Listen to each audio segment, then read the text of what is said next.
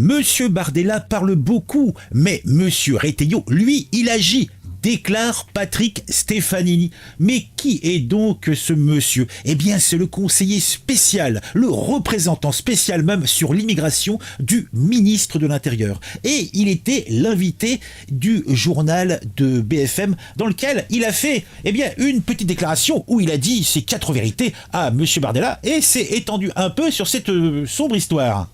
Bruno Retailleau, il fait de la com, Patrick Stefanini, il doit agir ou partir, dit Jordan Bardella. Non, monsieur Bardella parle beaucoup, mais Bruno Retailleau, lui, il agit au quotidien. Je rappelle à l'ensemble de vos téléspectateurs que le nombre des éloignements d'étrangers clandestins ou fauteurs de troubles à l'ordre public a augmenté l'année dernière de 27%. Donc voilà. Eh ben dis donc, c'est bien 27%. Bon, après que monsieur Bardella parle beaucoup, je dirais que c'est un petit peu normal. Il n'est pas aux affaires, il n'est pas ministre, il n'a point les mains libres pour, je ne sais pas, faire des dingueries, comme certains aimeraient qu'il en fasse en tant que représentant du Rassemblement National. Premier parti de France avec plus de 20, 25, 30%, 32, 33, je ne sais pas, je ne sais plus. On s'y perd avec tous ces sondages. Mais en tout cas, ce conseiller spécial, je dirais qu'il est sur une corde raide, puisqu'il s'en va tatiller le Bardella avec un bâton, mais en même temps, c'est lui qui tient le bâton contre ce gouvernement, donc c'est compliqué. Bon, après, vous me direz, Bayrou, on l'entend pas des masses. Hein. Oh, il laisse faire son ministre, c'est beau, c'est propre. Hein. Bon, je pense qu'on a dit l'essentiel, maintenant on va rentrer dans les détails croustillants. Et oui, il y en a des détails croustillants, vous allez voir, c'est passionnant. Regarde les vidéos, tout devient plus fou. De ton avis et comment c'est cool. Chaque like, chaque abon, t'es pas seul dans la foule. Oui, clairement, pour les expulsions des OQTF, Stefanini accuse Bardella de parler, Retailleau d'agir. Dans le paysage politique français, la question des expulsions des étrangers en situation régulière, communément appelée OQTF, je vous le rappelle, obligation de quitter le territoire français, est un sujet brûlant. Qui s'y touche, s'y pique, moi aussi.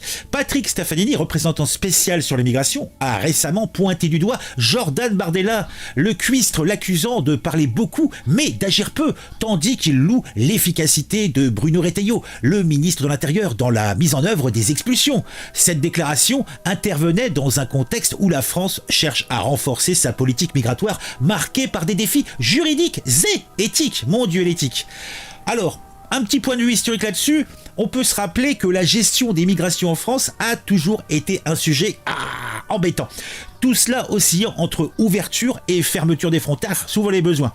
Après la Seconde Guerre mondiale, la France a connu une période de forte immigration pour répondre aux besoins de main-d'œuvre durant les 30 Glorieuses. Cependant, les chocs pétroliers des années 70 ont marqué un tournant avec une politique migratoire plus restrictive. Les mesures actuelles de Bruno Retailleau ne sont pas sans rappeler celles prises en son temps par Nicolas Sarkozy, qui avait également mis en place des expulsions massives, notamment avec les fameux vols groupés. Pour les individus concernés, les expulsions représentent souvent un déracinement brutal. Bon voyage, l'ami. Les personnes expulsées se retrouvent dans des pays où elles n'ont parfois plus d'attache, voire des zones de conflit. Chacun sa merde. Les pays de transit, quant à eux, doivent gérer un afflux de personnes qu'ils ne peuvent pas toujours accueillir dignement. Mais bon, tant qu'ils sont plus chez nous, moi je dis pourquoi pas. Cette situation crée donc des tensions diplomatiques et humanitaires, mettant à l'épreuve les accords internationaux et les droits fondamentaux des migrants. Mais ont-ils véritablement droit à des droits ? Bruno Retailleau a mis en place plusieurs mesures pour augmenter le nombre d'expulsions. Parmi celles-ci, on retrouve les négociations d'accords bilatéraux avec des pays de transit comme l'Irak, l'Égypte ou le Kazakhstan. Ces accords visent à contourner les obstacles juridiques et à faciliter le retour des personnes en situation irrégulière vers ces pays. Retailleau a également évoqué le retour du délit de séjour irrégulier, une mesure soutenue par le Rassemblement national qui vise à renforcer la lutte contre l'immigration clandestine. Les mesures de Retailleau ne font pas, bien sûr, l'unanimité. Les opposants dénoncent une politique inhumaine et inefficace. Inhumaine peut-être, inefficace, il faut laisser sa chance au produit. Arguant que les expulsions ne résolvent pas les causes profondes de l'immigration régulière. Oh, et quelles seraient donc les causes profondes de l'immigration régulière? Est-ce que ça concerne la France? Je ne pense pas. De plus, les obstacles juridiques, tels que l'absence de laissez-passer consulaire ou l'impossibilité d'expulser vers des pays en guerre, compliquent la mise en œuvre de ces mesures. Mais il suffit que... Les cours des comptes, ou plutôt la Cour des comptes elle-même a souligné l'inefficacité de la stratégie actuelle, avec seulement un faible pourcentage des OQTF effectivement exécutés. Mais oui, mais est-ce que c'est les décisions politiques qui sont efficaces ou le cadre légal qui n'est pas? Cassons le cadre légal. Faisons fi des conventions internationales. Trump est un exemple concret que l'on peut le faire. Alors pourquoi pas nous?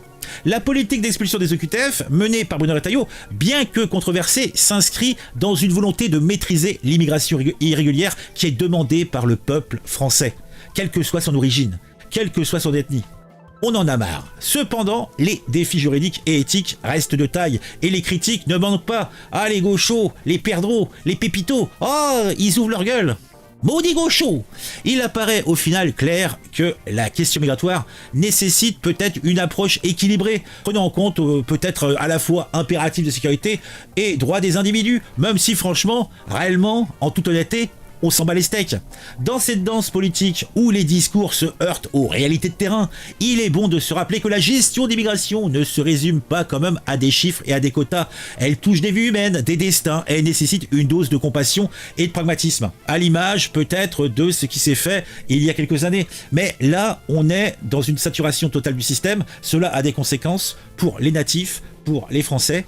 Et à partir du moment où apporter un confort et un bien à des gens qui en ont besoin venant de l'extérieur, ça rentre en conflit avec les fondamentaux et les besoins primaires de la population déjà en place. Ça peut pas durer. D'une façon ou d'une autre, il va falloir résoudre le problème.